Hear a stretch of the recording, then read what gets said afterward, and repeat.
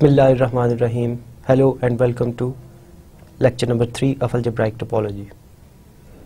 In today's lecture, we'll be mainly concerned with the concept of homotopy. But before that, we'll need to review some basic ideas of topology and some basic definition. So, what is topology? So, the beginning of topology is basically related to geometry. But we are concerned in topology with the properties of the object which remains same under continuous deformation. So for example, you can see that this CD under some continuous deformation becomes this bolt, and similarly I can do another continuous deformation to define this object, and similarly I can define a donut and cup and up to so on. So under the concept of topology, or in the eyes of a topologist, all of these objects are the same. So basically we discuss those properties of the objects which remain same under continuous deformation. So topology has many subfields. For example, algebraic topology. So in this course we'll be only concerned with algebraic topology. And so the term topology also refers to a special structure in topology. So let's see how do we define topology in topology. So the structure named topology is defined as the following. So X is a set and sigma is a collection of subsets of X which satisfies the following condition. So X is any set. So for example, I can take X to be 1, 2, 3, and sigma be a collection of subsets of X. So I can take sigma to be 1, 2, 1, 2, 1, 2, 3, up to so on. So this collection, we'll need to add some more elements to this collection, but we will see according to the definition. So the first condition that this sigma should satisfy is that phi and X belongs to the sigma. So in this case, in this example, X is 1, 2, 3, and we can see that this sigma contains the set 1, 2, 3. So, but there is no phi in this sigma, so we need to add empty set into this collection as well. So the second condition that this sigma, this collection of subsets of X, should satisfy is that the intersection of two members of sigma is in sigma. So if I take any two elements from this sigma, then their intersection should also belong to this sigma. So when I take this set 1 and 2, their intersection is phi, so phi is already in the set. If I take 1, 2 and 1, 2, 3, their intersection is 1, 2, which is already in this set. Similarly, if I take intersection of 2 with the set 1, 2, then their intersection is 2, which is once again already in the set. So the second condition is also satisfied by our example sigma. The third condition is the arbitrary union of members of sigma is in sigma. So I can take union of any collection of elements of this sigma, and the union must belong to sigma. So for example, if I take 1 and 2, so their union is equal to 1, 2, which is again an element of this set. So similarly, I can take any other union of these sets and the union belongs to sigma. So the third condition is also satisfied. So the collection sigma with above properties is called a topology for X. So in this example, we have constructed one topology on X. Of course, we can construct many other topologies on X as well. So for example, if I consider sigma to be 1, 3, 1, 3, 1, 2, 3, and empty set. So we can see that X, which is the set 1, 2, 3, with this collection sigma is a topology on X. Okay, so we sometimes denote the topological space X with collection of sets sigma as X sigma, because in the definition of the topology both of these objects are important. So X is the space where we are defining the topology, but the structure of the topology is given by this collection sigma. So the members of sigma are called open sets. So for example, in this example number 1, so let's say this is our example number 1. So in this example number 1, 2 is open. So one open set is 2, but we can see that 2 is no more open in our second example. Okay, so let's say this is example number 2. So 2 is not open. So to be open or not open, of course this depends on this collection sigma. Similarly, a subset F of topological space X is said to be closed if and only if X minus F is open. So in this case our X is 1, 2, 3. So X minus 2 is equal to 1, 3. So we can say that this 1, 3 is closed. Similarly, by taking complements of open sets we can obtain other closed sets as well. But if I take complement of this set, then I will get empty set, which is already there. So empty set is both open as well as closed. And similarly, if I take complement of empty set, then I will get this set X, which is again open as well as closed. So X and phi are open as well as closed.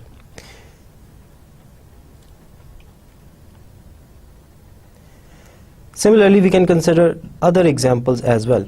So consider X to be real line, okay, set of all real numbers. We can define a topology on X in the following way. So we can take sigma to be union of open intervals. So what are open intervals? So open intervals of R are of the form, so that is union of subsets of R of the form A, B. So where A and B are both real numbers. So the subsets of the form A and B are called open intervals, and the sigma is union or collection of all union of open intervals. So a typical element of this sigma can be written as, so a typical element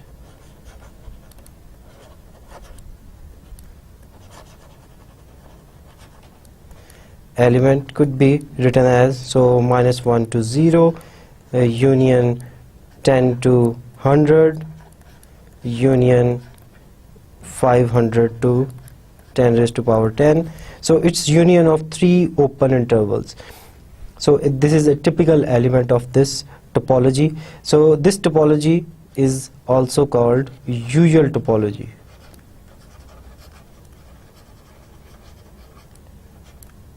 On R.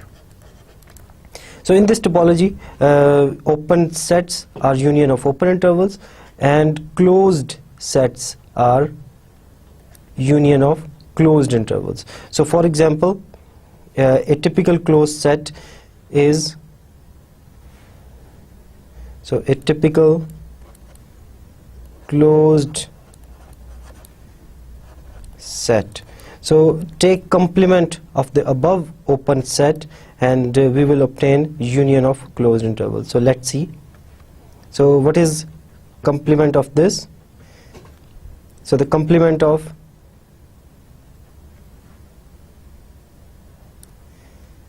this is minus infinity to minus 1 closed, union 0 to 10 closed, union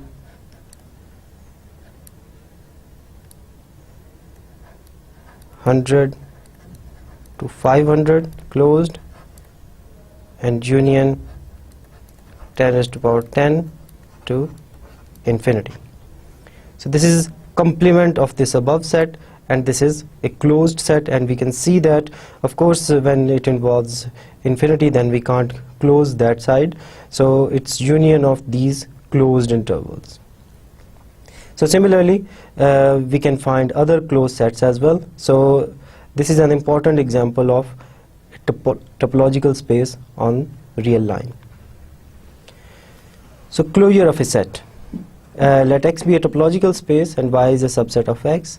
The smallest closed set containing Y is called the closure of Y and is denoted by Y bar.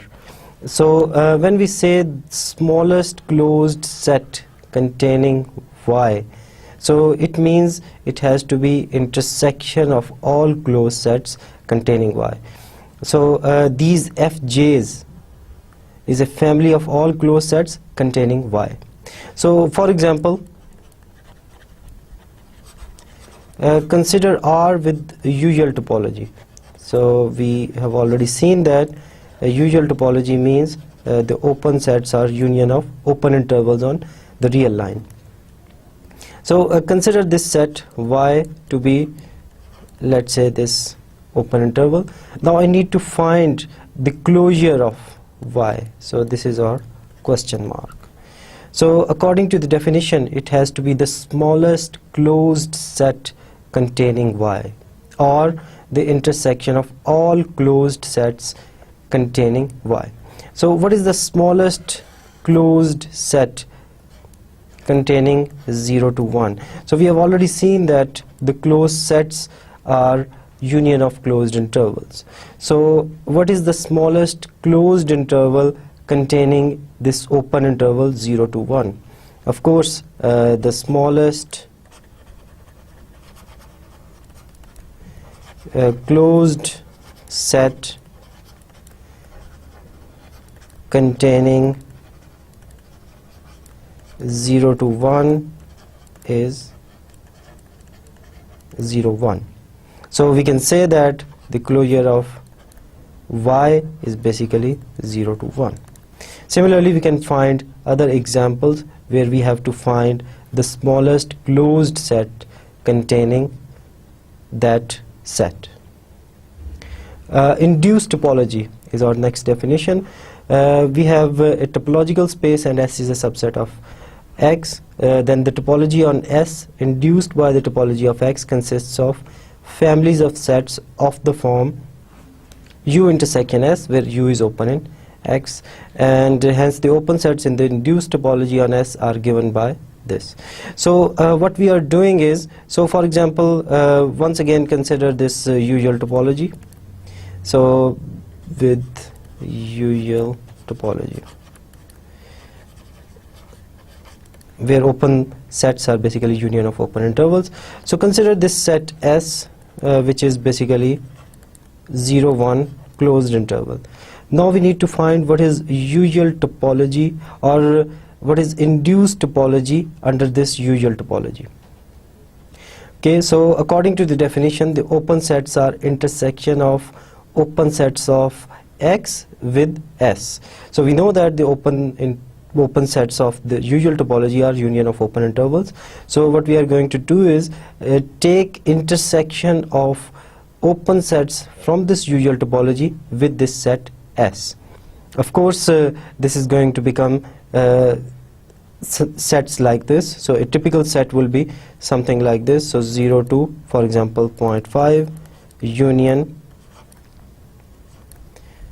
let's say 0.75 to 1. So this is a very typical open set under this induced topology from the usual topology on S. Okay, so similarly we can find other open sets in this induced topology. Okay, so what are the open sets? Open sets are, of course, once again take union of open intervals, because they are the open sets in usual topology with this set S, and you will get sets of this form. And of course, what are the closed sets? So we can easily find the closed sets in this induced topology, because we have to take complements of the open sets, and once again they are intersection of closed sets in this usual topology with this set S. So this is a simple exercise for you to see the fact. So the induced topology is sometimes called relative topology. If S has the induced topology, then S is called a subspace of X. So what is an open cover? So let S be a subset of a topological space, then a cover of S is the collection of subsets Ui of X such that S is contained in the union of that Ui's. If each Ui is open, then the cover is called open cover, and if the indexing set J is finite, then the cover is called finite cover. So let's once again consider our usual topology. So R with usual topology. So let S be a set, let's say 0 to 10. So this is a half open, half closed interval. So it's neither open nor closed in the usual topology. So it has to be any subset of S. So we took this subset which is neither open nor closed. So what is a cover of S? So we can take the following collection. So we can take -1 to, let's say, 1, and we can say 0.5 to 8, and we can say 6 to 11. So these three open sets, let's say this is U1, this is U2, this is U3. So S is definitely contained in U1 union U2 union U3. So we can say that this U1, U2, U3 is a cover of S. So since all of these three U1, U2, U3 are open sets, so we can say that is an open cover of S.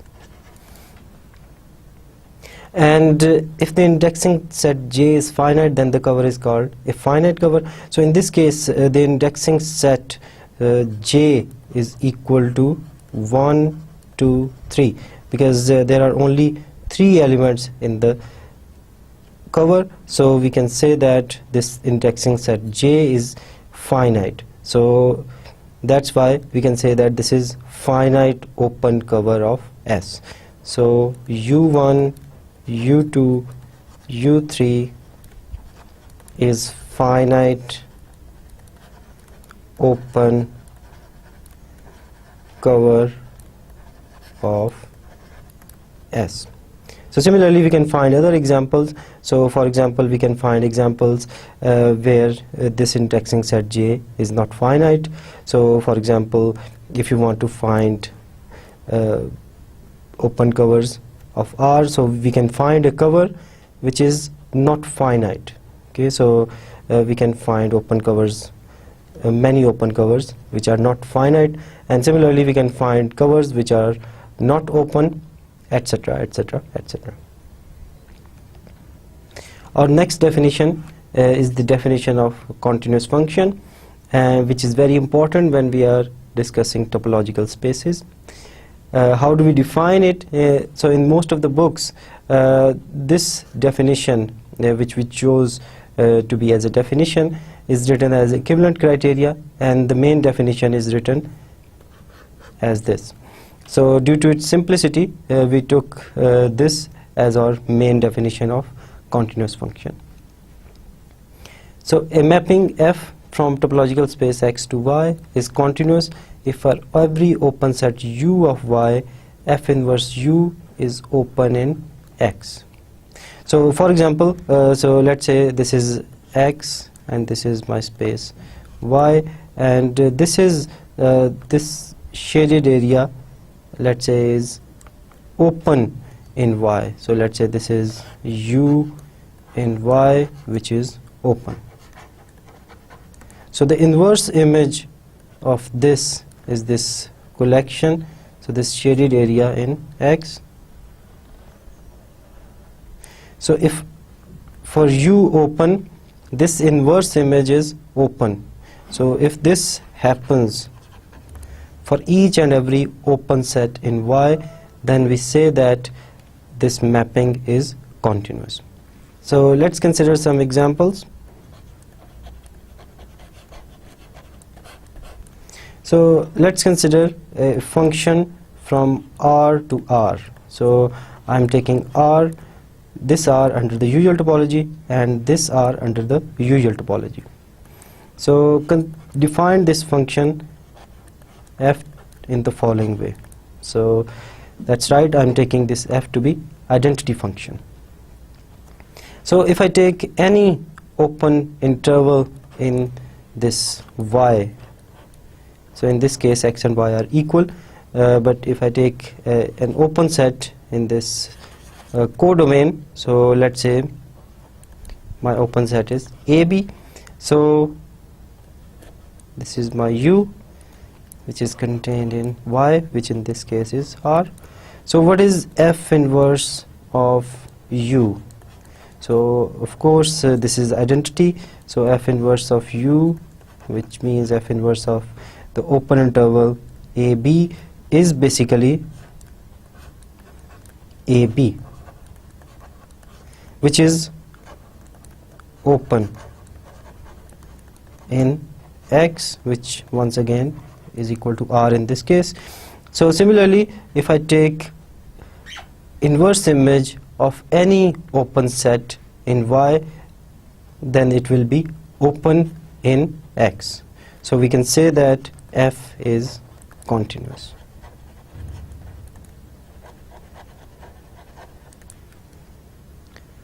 So let's consider another example of a continuous function. So consider F from topological space X sigma 1 to topological space X sigma 2.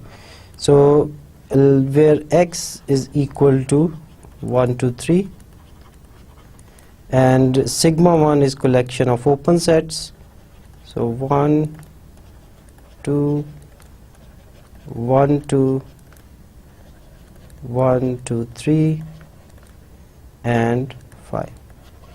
Similarly, we can take sigma 2 to be another collection of sets 2 3 2 3 1 2 3 and 5 and X. So we can see that this X under this collection of sets, subsets of X, is a topology, and similarly the same set X under this collection of subsets of X is topology. So define this F in the following way. So F of 1 is equal to 2, F of 2 is equal to 3, and F of 3 is equal to 1. So we can observe that this F is just a permutation of X. So let's see if this F is continuous or not. So basically we have to take open sets from this topological space and see their inverse images, and if the inverse image of each and every open set is open in this input space, then we can say that F is a continuous function. So here this 2 is open set and the inverse image of 2 is basically 1. Okay, so the inverse image of 2 is 1, so we can say that inverse image of 2 is again open. Similarly, what is the inverse image of 3, the inverse image of 3 is 2, which is again open in our input space. So what is the inverse image of 2, 3? So the inverse image of 2 and 3 is 1, 2, which is once again open. Inverse image of 1, 2, 3 is 1, 2, 3, again open. Inverse image of 5 is 5, which is again open. So we can say that f is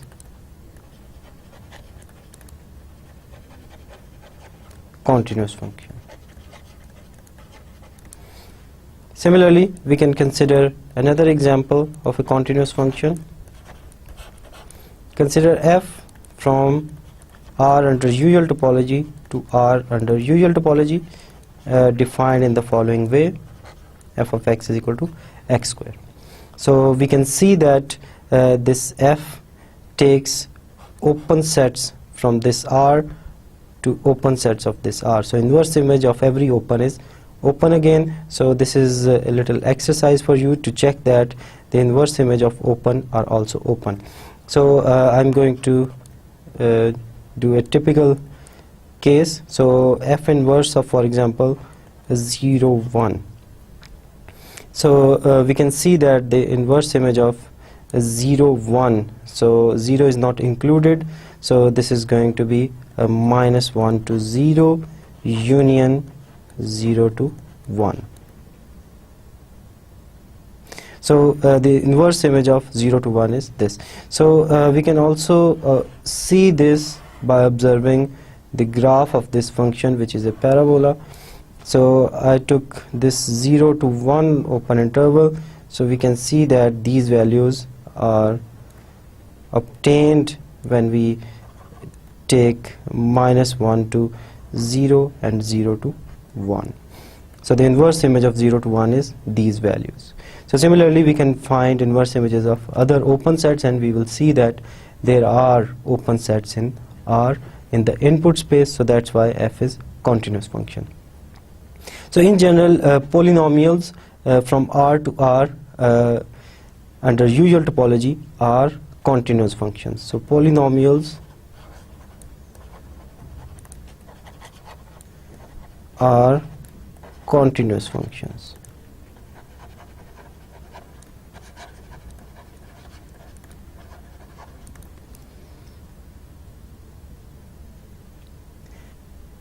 So next we have some equivalent criteria for continuity.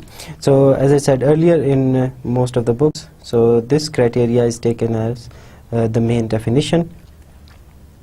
So just like open sets, we can also do the same definition for the closed set. So a map f from x to y is continuous if and only if inverse image of every closed set of y is closed in x. So most of the time we'll be using our main definition, so this equivalent criteria and this equivalent criteria. So we'll rarely be using these two equivalent criteria. So next definition is homeomorphism. So we also discussed this when we were discussing the categories. So I told you earlier that when we are discussing the category of topological spaces, our morphisms are basically continuous functions. So homeomorphism is basically equivalent of isomorphism of groups. So here we are saying that as a topological spaces they are equal. So if there exists homeomorphism between two topological spaces. So what is a homeomorphism? A homeomorphism, or a topological mapping between two topological spaces, is basically a function which satisfies the following condition. So f has to be continuous, f has to be bijective, and f inverse has to be continuous. So we can find many examples of homeomorphism. So for example, starting from simple examples, so f from usual topology to the usual topology, defined in the following way. So identity.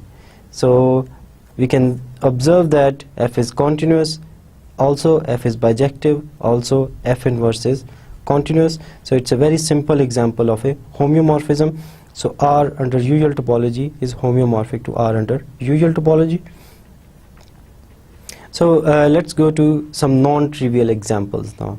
So any two open intervals on R are homeomorphic. So for example, let AB be one open interval and CD be an other open interval. So consider the following function from the open interval AB to CD defined in the following way. So it is a homeomorphism because in this case, so A and B are numbers, C and D are numbers. So in this expression you can see that this is going to be a number, this is going to be a number, and A minus B is going to be a number, and this number will not be 0 as long as A is not equal to B. So we can say that A is not equal to B is one of our condition. So under these conditions we can see that this h of x is just a polynomial, so polynomial of degree 1. So we have observed that polynomials are continuous functions, so this h of x is a continuous function.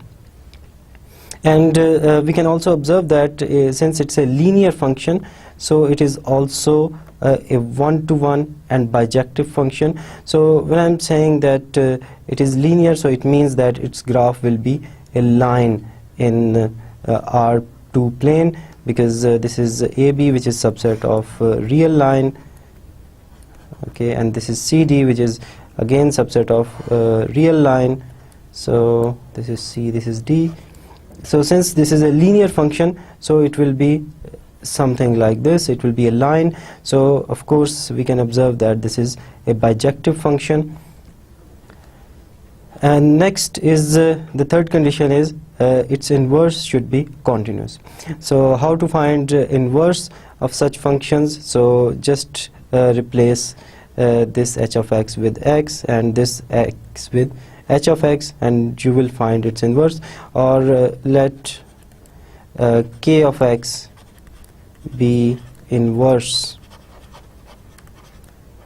of h of x.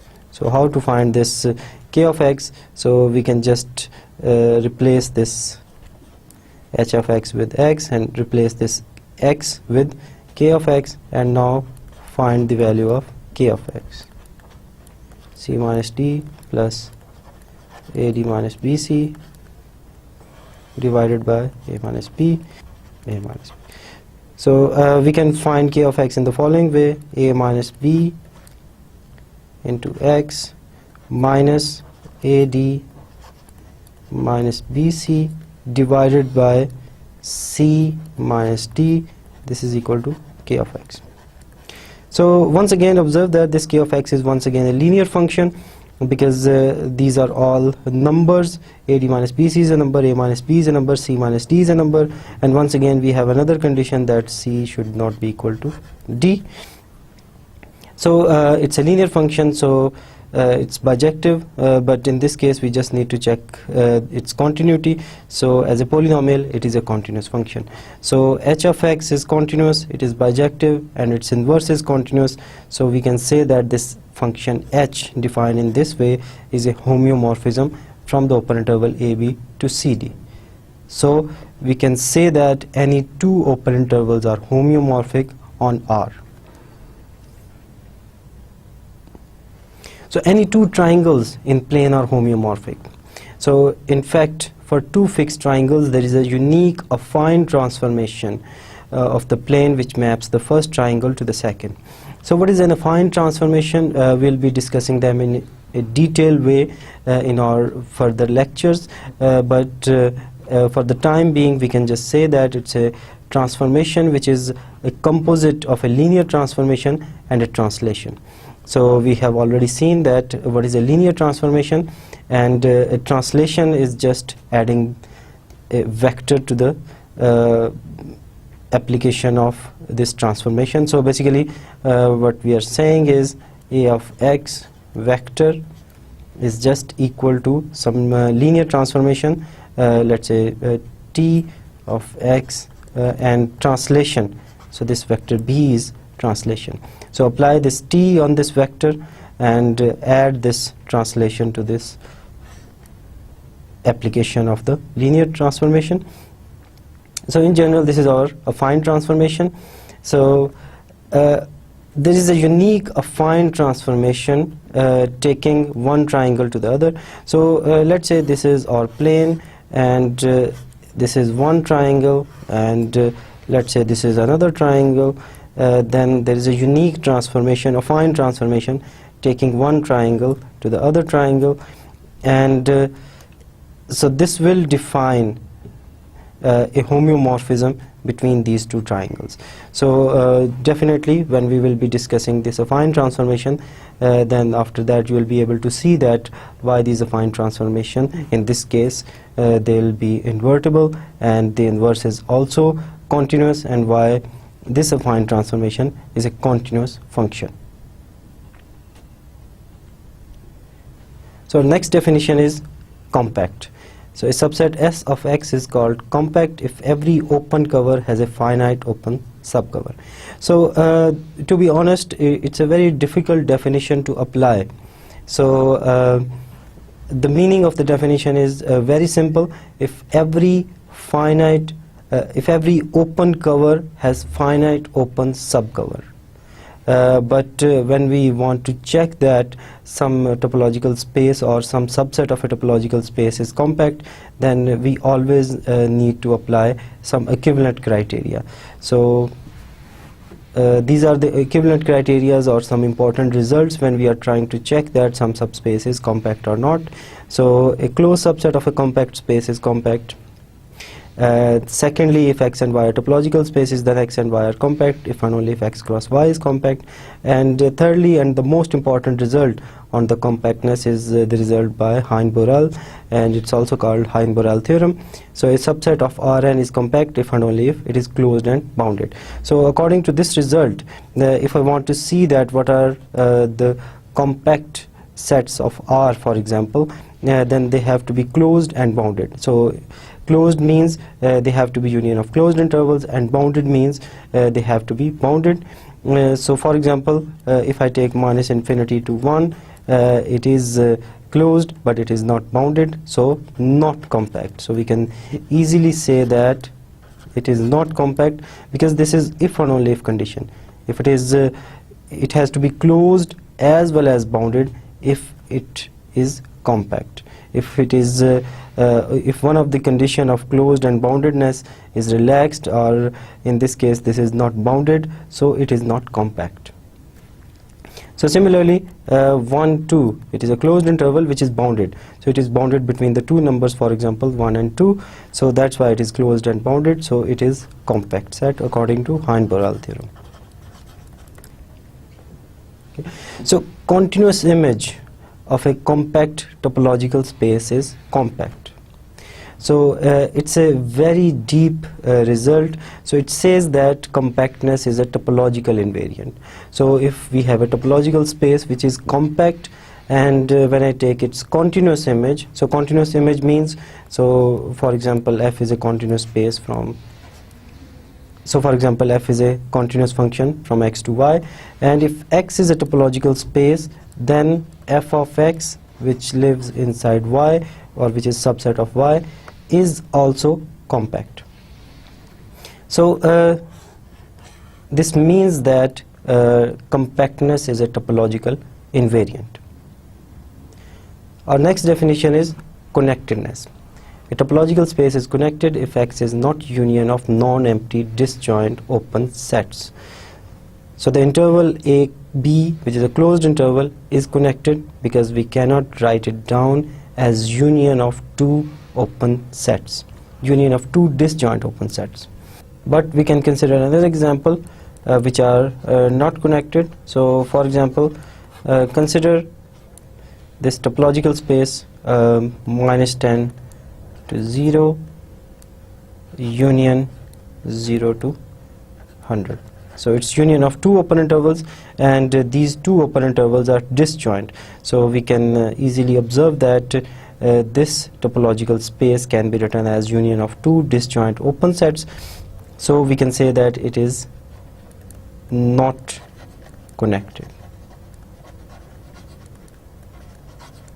So similarly we can find other examples which are not connected. So once again in this case we have some equivalent criterias.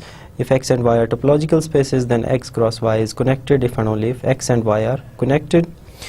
A continuous image should not tear a topological space into pieces. That is, continuous image of connected space should be connected. So once again, what is a continuous image? So if we have a topological space, then its continuous image make continuous changes into the topological spaces. So so most of the time topology is also called rubber sheet geometry. So which means that if I have an object made of rubber, then the operations that I can do with that object made of rubber are basically continuous deformations, or its continuous images. So I'm allowed to basically stretch it, I'm allowed to bend it, but I'm not allowed to tear it down, or I'm not allowed to glue some things to it. So as long as I'm stretching and bending this rubber sheet object, I'm basically making continuous image of the object. So under this continuous image, so we can observe that if I have a connected object, then under the continuous image, this connected object should remain connected, and because we are not allowed to tear it down under the continuous image. So our next theorem, it says that continuous image of a connected topological space is connected. So we can say that connectedness is a topological invariant. So once again, it's going to be a very important factor in our next discussions, that the properties which are topological invariants are very important for many reasons. So the maximal connected subsets ordered by inclusion of a non-empty topological space are called connected components of the space.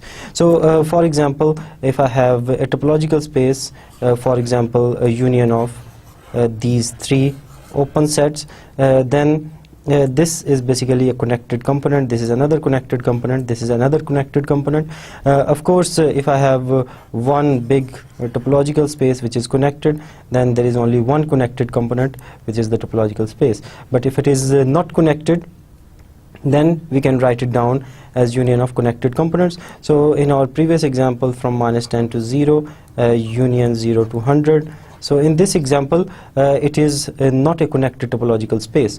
So when I'm saying it's a topological space, it means that I'm taking this S as a subset of R, and I'm taking induced topology from R onto this subset, or induced topology or relative topology.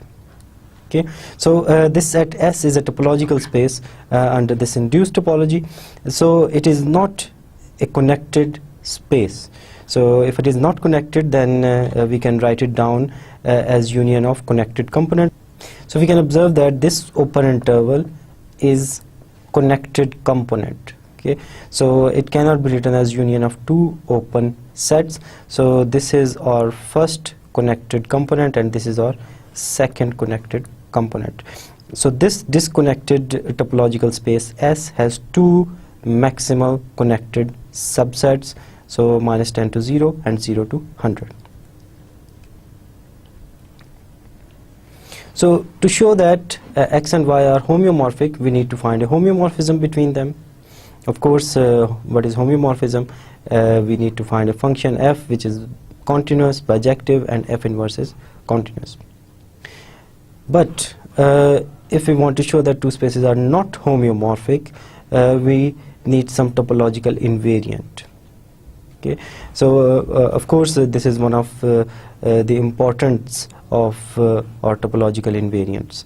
So in fact we show that some carefully chosen topological invariant does not remain same in two spaces.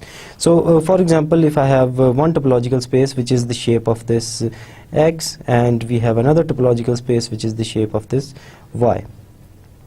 So using this result, so if f from x to y is homeomorphism, then x minus x is homeomorphic to y minus y.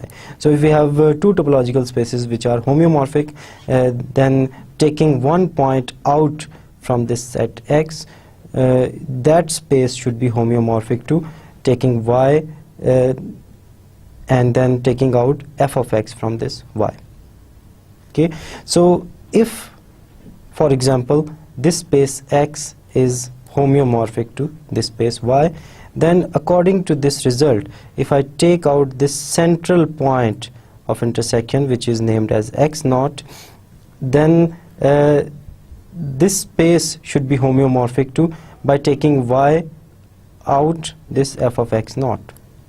Okay, so in this case, this space x, so if I take this point out, then this space x minus x naught, so it is disconnected. So this space x is connected, but then this space x minus x naught is disconnected, and it has four disconnected or four connected components.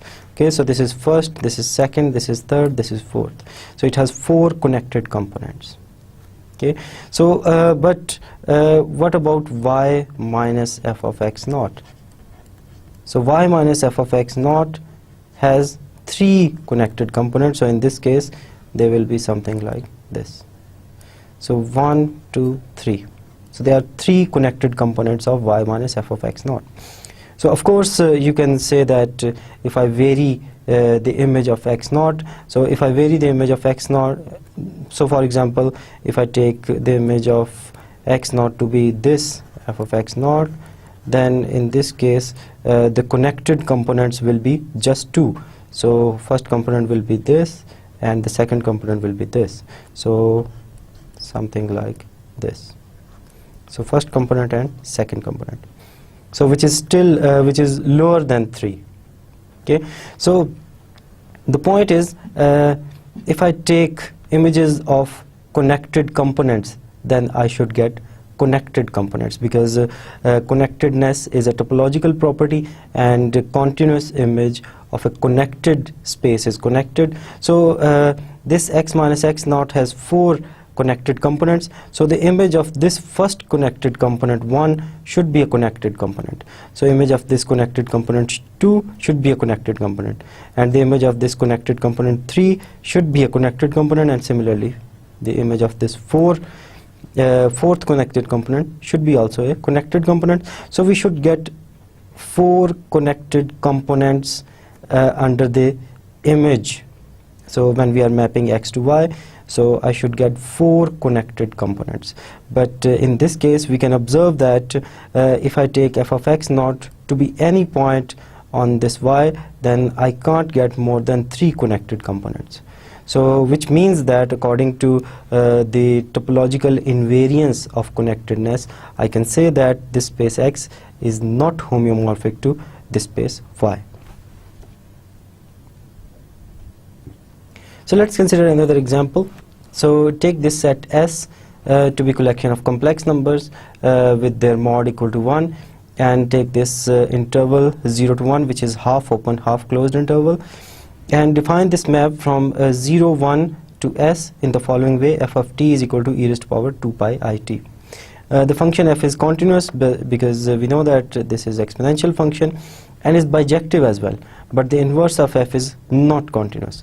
So we have two ways from here. So one way is try to find the inverse of f, and then try to see that why this is not a continuous function, or we can just use the invariance of compactness and connectedness to see that why this is not true. So the inverse image of f is a function from this set S to 0 to 1. Now from Hein-Borel theorem, we know that a subset of R is compact if and only if it is closed and bounded. So by Hein-Borel theorem, this subset of R is not compact. But this S as a subset of R2, so this is basically a circle in R2. So this circle is basically closed as well as bounded in R2, so we can say that this S is compact. Okay, so is compact by Hein-Borel theorem because this is closed as well as bounded. So if F inverse is continuous, then we know that the continuous image of a compact set is compact. So the F inverse of S should be compact. But we know that this inverse, F inverse of S, is not compact because 0, 1 is not a compact set by Hein-Borel theorem. And this F inverse should also be bijective as well. So in other words, the image F inverse of S should exactly be equal to 0, 1 semi-open interval. So according to the invariance of compactness, we can say that there is no such F inverse which is continuous, because if it is continuous, then F inverse of S should be compact, which is not true. So similarly, we can also use the invariance of connectedness as well. So by taking one point out from the circle, so let's say I take this point out from the circle, and if I take some other point out from this interval, so let's say this is 0, 1 interval on this real line. So if I take this one point out, then we can observe that after taking this one point out, now this is not a connected set. But after taking this one point out from the circle, it is still a connected set. So we can see that according to the result that we just used to show that these two spaces X and Y are not homeomorphic. So using this result, if F from X to Y is homeomorphism, then X minus X is homeomorphic to Y minus F of X. So if this circle and this interval are homeomorphic, then S minus this point should also be homeomorphic to 0, 1 minus this point. So which is not the case. Why this is not the case? Because this circle is connected and its image is not connected. So similarly, we can use other arguments using connectedness and compactness to show that these two spaces, that is the circle and this semi-open, semi-closed interval 0 to 1, are not homeomorphic. So using connectedness argument, we can see that R is not homeomorphic to Rn for n greater than or equal to 2. So what is the simple argument? So the simple argument is, if I have a real line and if I take one point out from the real line, then it becomes a disconnected space. But this is not the case, for example, in R2 and R3. If I take one point out from R3, then it still remains a connected space.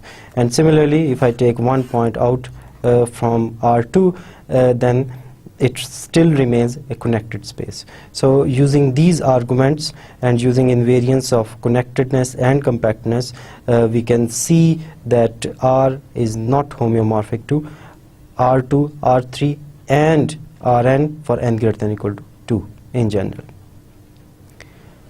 So in general, Rn is not homeomorphic to Rm. So this result is not very easy to prove, but we can also use algebraic topology to prove this result. So we will see that later in this course. So using homology and other machinery, we can prove that this is the case. Okay. Let's consider another example of spaces which are not homeomorphic. So a sphere S2 in R3 is not homeomorphic to a torus. So why this is the case? So using this theorem, the Jordan curve theorem, let C be a simple closed curve in the sphere, which means that C is a subset of S2 which is homeomorphic to a circle. So for example, I can consider, for example, this simple closed curve. So then the complement of C has exactly two connected components. So this is the curve C, and its complement has two parts, so the inside part and the outside part of the sphere.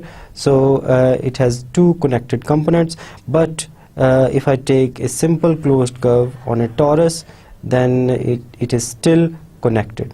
But on sphere, if I take a simple closed curve, then it divides the sphere into two disconnected parts, and so basically it makes the sphere into union of two connected components, but if I take a simple closed curve on a torus, then it still remains a connected space. Our next section of today's lecture is homotopy. So the main idea of homotopy is replace a continuous function with another continuous function which is obtained after continuous deformation. So for example, if I have a function f0, so let's say this is the function f0, so this is the graph of f0.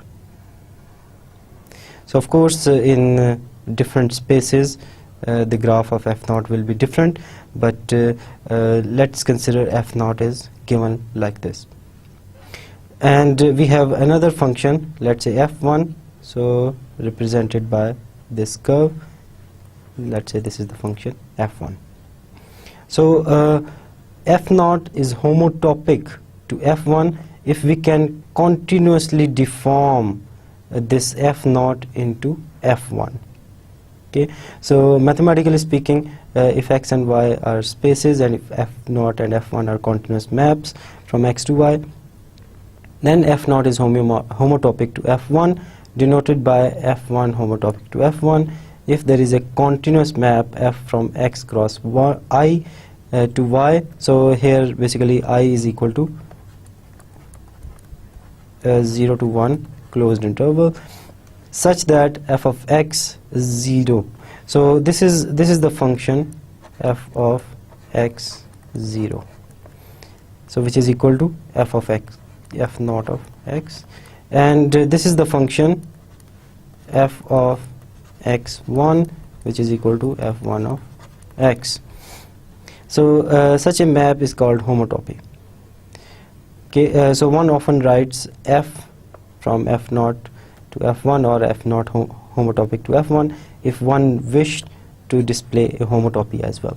So what's really happening? So for example, if we consider this f of x t, and we know that if it is a homotopy from f0 to f1, then when I take t is equal to 0, then I should get f0, and if I take t is equal to 1, then I should get f1. So consider this t as time. So starting from time t is equal to 0, we have this function, and when we move with time, then this function is basically deforming, and it's becoming, and it's taking its shape into f1. So after time t is equal to 1, we have this function f1. So any function which is in between these two functions, or for example at time t is equal to let's say 0.5, this is an intermediate function, which is the function at time t is equal to 0.5. Similarly, if I take some other time, let's say 0.75, then I will get some other function. So let's say this is t is equal to 0.75, and according to each and every point between 0, 1 closed interval, I will be getting functions which will be between f0 and f1. So the end result is we start from f0 and we continuously deform our function to f1 at time t is equal to 1, we have f1. So in between these two functions and at any time we have some other functions which are basically intermediate functions. So if we have a homotopy from f0 to f1, so this is our function f0 and this is our function f1. So consider this function ht from x to y defined by ht of x is equal to f of xt for x belongs to capital X. So as we discussed earlier, at any time t, so it is going to be a continuous function from x to y. So let's say this is time 0.5, so this is h 0.5. Similarly h 0.75, similarly h 0.25. So these are all continuous functions from x to y. So once again a continuous function from x to y, but the point is, what is h0? So h0 is f0, and what will happen when t is equal to 1? We should approach, or we should get this function f1. So let's consider some examples of homotopic functions. So consider this function f from S1 to C. So S1 is basically a circle in R2, and C, we can consider this C as a plane. So it's a function from R2 to R2. So of course we can't sketch its graph in R3 because its graph will be in 4 dimensions. So we can say that this function, which is defined by f of z is equal to z, which is identity function, is taking this circle to this circle. So this is the domain space and this is the range space. Okay, so in the domain it takes points of the circle and it gives me point in the range space. So let's define another function g from S1 to C, given by g of z is equal to 2z. So once again, what is this function g doing? So it is taking points of this circle S1 and it's giving me twice the points. In other words, the image of g is collection of these points. So this is the image of g, the outside circle and the inside circle are the images of f. Okay. Now if we want to show that these two functions are homotopic, so we need to find a function f from S1 cross I to C such that this circle is deformed into this bigger circle. So at time t is equal to 0, I should have this inner circle, and at time t is equal to 1, I should have this outer circle. Okay, so let's see if we can define such a function. So define f of zt is equal to 1 plus tz. So in this case we can see that when t is equal to 0, then what is f of z0? So for t is equal to 0, this is z, so which is equal to f1 of z. So the inner circle or circle of unit radius. So what is f of z1 at time t is equal to 1? So this is becoming 2z, which is equal to g of z, so which is the outer circle. So at time t is equal to 1, we have at this outer circle. So of course for any intermediate value of t, so for example z.5, we will have some intermediate circle. Okay, so my drawing is not good, so let's just assume that this is a circle. So this is f of z.5, so it's a circle with radius 1.5. So similarly, we can also observe that this function f is continuous map. So all of these three conditions are satisfied, so we can say that capital F from S cross I to C is a homotopy, or in other words, we can say that f is homotopic to G. So let's consider another example, but before doing that example, we need the definition of a convex set. So we have already done that in our previous lectures, but let's just remind ourselves. So what is a convex set? A subset X of Rm is convex if for every pair of points x, y, the line segment joining x and y is contained in X. So in other words, if x, y belongs to X, then this is the line segment joining x and y, so where this I is equal to 0, 1 closed interval. So this line segment, if it is contained in X for each and every value of t, or in other words, for each and every pair x and y, the line segment is contained in X, then we say that this is a convex set. So once again, consider this example. Of course this is not a convex, because if I take this x and this y, then the line segment is not contained in this set. Similarly, consider this circle. So this circle is not convex because this circle is collection of all points on this curve, but if I take one point and another point, then the line segment, so 2 points of the line segment are contained in the circle, but any point of this part, so this part, any point from this part is not contained in the circle. So we can say that circle is not convex. Similarly, we can see that a sphere is not convex, and similarly we can go to higher dimensional spheres or n spheres. So what is an n sphere? So n sphere is collection of all points in Rn plus 1 such that x1 square plus x2 square plus xn plus 1 square is equal to 1. So we can see that when I take n is equal to 1, then it will be basically a circle in R2, and if I take n is equal to 2, then it will be a sphere in R3, up to so on. So we can say that this is an n sphere which lives in Rn plus 1. So as I said earlier, that these n spheres are not convex. So these are not convex due to the same reason as we discussed for the circle. So let's discuss another example. The n-disk Dn, so is a set of points of Rn satisfying this condition. So x1 up to xn such that x1 square plus x2 square plus xn square is less than or equal to 1, or we are discussing, we are taking collection of all points whose distance from the origin is less than or equal to 1.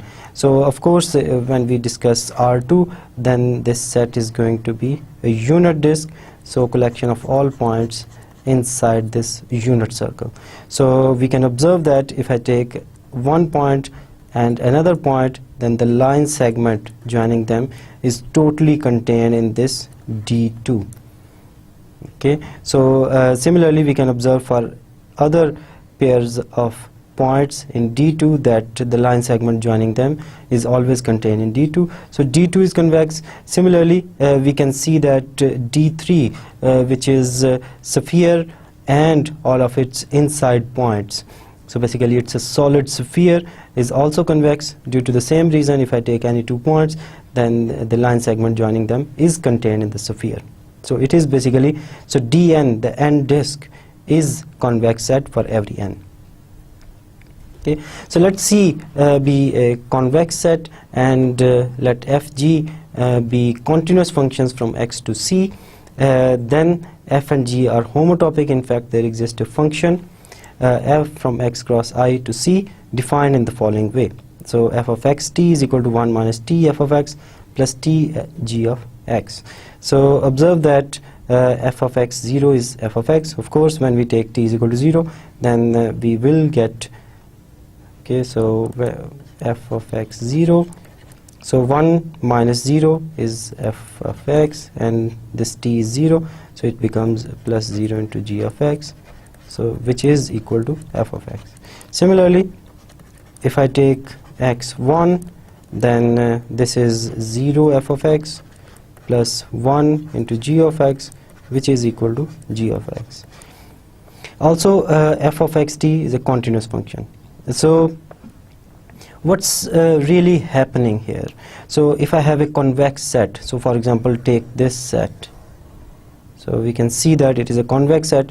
If I take any two points from C, then the line segment joining them will also be contained in C. So it's a convex set. Okay, so f is a function. So let's say this is my space x. X need not to be convex. So let's say this is my function f of x. Okay, so these are the image points, and let's say these are the image points g of x. So what are the strategies? So how we can construct this f of xt? So what we are doing is basically I'm taking this point f of x, and I'm taking this point g of x, and I'm following the line segment joining this point, and I'm approaching this point. Similarly, for any x naught, this is f of x naught contained in C, and this is g of x naught contained in C, and I'm following this line segment joining f of x naught and g of x naught, and I'm approaching this g of x naught. Similarly, so I am basically following the line segments joining points of f and points of g. So basically after following these line segments, so I will approach G, and all of these line segments are contained in C because C is a convex set. So using convexity of the C of our range space, we can construct a homotopy from one function to the other function. So let's consider another example of a homotopy. Let f and g be functions from x to Sn, and these are two continuous functions. Now basically the range space is Sn, n sphere. Okay, so we are imposing one condition, that f of x is not equal to minus g of x.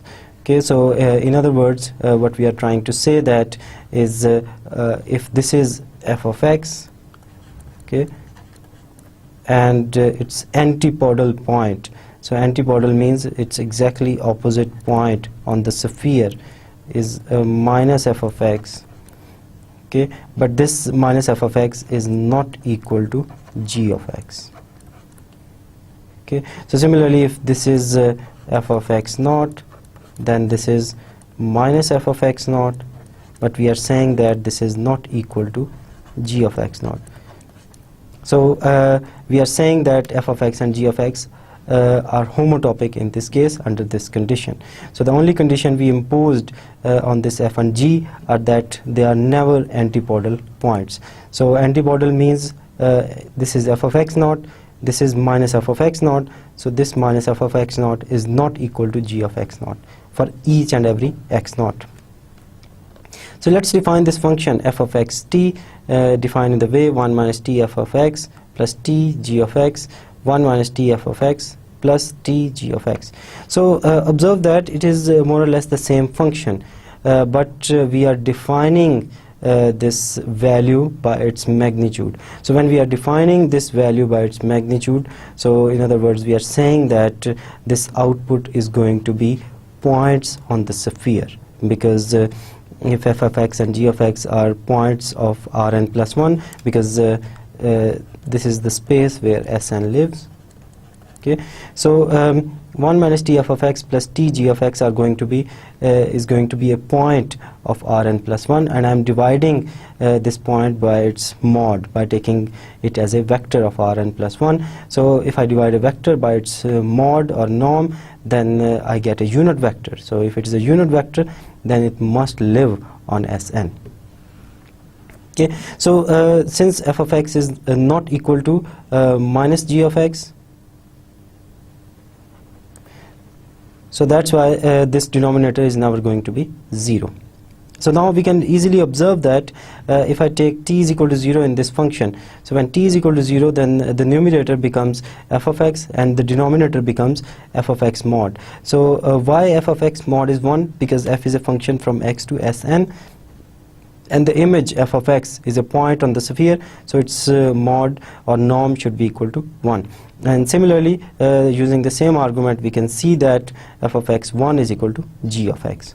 So what is this function actually doing? So if I have f of x and let's say if I have g of x on a sphere, then there is a unique big circle. Okay, so there is a unique circle passing through them. Okay, so now I can follow. So basically what this function is doing, that I'm following the shortest path. Of course, if this is f of x and this is g of x, then there are two paths are along this circle, but I'm following the shortest path and I'm approaching this g of x. Okay, so similarly, if f of x is a function from x to Sn, then f of x should be a collection of points on this Sn, and g of x should be also a collection of points on this Sn, but for each x, f of x and g of x are joined in this way. Of course, this is an example of S2, but the situation will be similar for n sphere or higher dimensional spheres. So our last result of today's lecture is that homotopy is an equivalence relation on the set of all continuous maps. So what is an equivalence relation? It's a relation which is reflexive, symmetric and transitive. So let's see why this function, why this relation is reflexive. So reflexive means if I have a function f, then is it homotopic to itself? Of course, this is homotopic if I take the homotopy f of xt is equal to f of x.